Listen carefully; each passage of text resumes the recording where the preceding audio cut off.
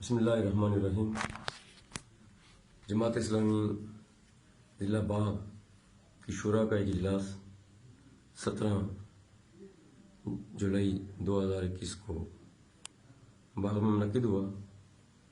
جس میں حلقہ بستی باغ میں انتخابی حکمت عملی کے حوالے سے غور و خوض کیا گیا اور اس بات کا جائزہ لیا گیا کہ حلقہ بستی باغ سے جناب محترم عبدالرشید ترابی صاحب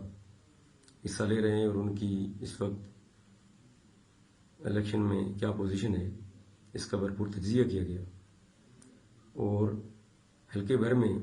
سروے کیا گیا کہ ہماری اس انتخابی جدوجہد میں کیا پوزیشن ہے۔ تو ضلع شورا نے بڑا غور و خوض کیا، یہ بات واضح ہوئی کہ اس وقت محترم عبدالرشید ترابی صاحب کی کوئی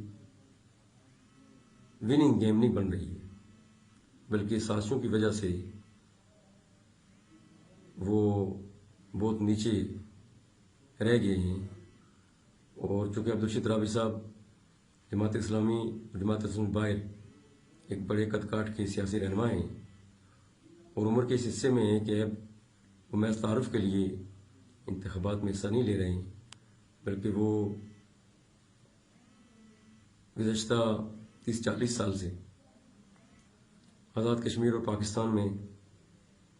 تحریک آزادی کشمیر اور آزاد کشمیر میں گڈ گورننس، عدل و انصاف کے لیے وسیع جدوجہد کا تجربہ رکھتے ہیں۔ اور ایسی صورتحال میں کہ جب وہ اسمبلی کے اندر اپنا کوئی رول ادا نہیں کر سکتے ہیں تو محض چند ہزار ووٹوں کے وصول کے لیے ان کا سیاسی قتل کرنا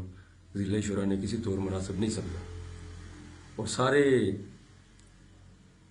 آپشنز کے اوپر غور کرنے کے بعد جماعت اسلامی ضلع باغ کی شورا نے یہ فیصلہ کیا کہ محترم عبدالرشید ترابی صاحب جو سیاسی بصیرت بھی رکھتے ہیں، حکمت اور وزڈم کے ساتھ جماعت کا کام بھی کرتے ہیں، انہیں اس بات کا ضلع شورا کی طرف سے اختیار دیا جائے کہ وہ حلقہ بستی باغ میں اپنی سیاسی اور انتخابی حکمت عملی بنانے میں اپنی سوچ اور فکر کے مطابق جو لائحہ عمل طے کریں گے، ضلع شورا نہ صرف اس کی حمایت کرے گی بلکہ اس فیصلے کی مکمل تائید و نصرت کرے گی۔ اسی کے پیش نظر محترم عبدالرشید ترابی صاحب سے تحریک انصاف پاکستان کے رہنماؤں کی ملاقات ہوئی اور حلقہ بستی باغ سے انتخابات میں حصہ لینے والے محترم سردار تنویر الیاس صاحب اور ان کے ٹیم نے بھی رابطے کرنے کی بھرپور کوششیں کی۔ اگرچہ یہ کوششیں کافی عرصے سے جاری تھیں، تاہم چند دن پہلے وفاقی وزراء کے ساتھ محترم عبدالرشید ترابی صاحب کی ملاقات کا اہتمام کیا گیا، جس میں انہوں نے محترم عبدالرشید ترابی صاحب کو یہ پیشکش کی کہ اگر حلقہ بستی باغ میں وہ تحریک انصاف کے کینڈیڈیٹ کی حمایت کرتے ہیں تو اس صورت میں نہ صرف ان کو آزاد کشمیر اسمبلی میں پہنچایا جائے گا بلکہ ان کو کشمیر کمیٹی کا چیئرمین بنا کر ان کو فلیگ ہولڈر بھی بنایا جائے گا اور ان کو سارے اختیارات حاصل ہوں گے جو کابینہ کے ممبر کو حاصل ہوتے ہیں، اور ان کو حلقے میں ترقیاتی فنڈ بھی جاری کیے جائیں گے۔ چنانچہ حلقہ بستی باغ کے عوام کے وسیع تر مفاد،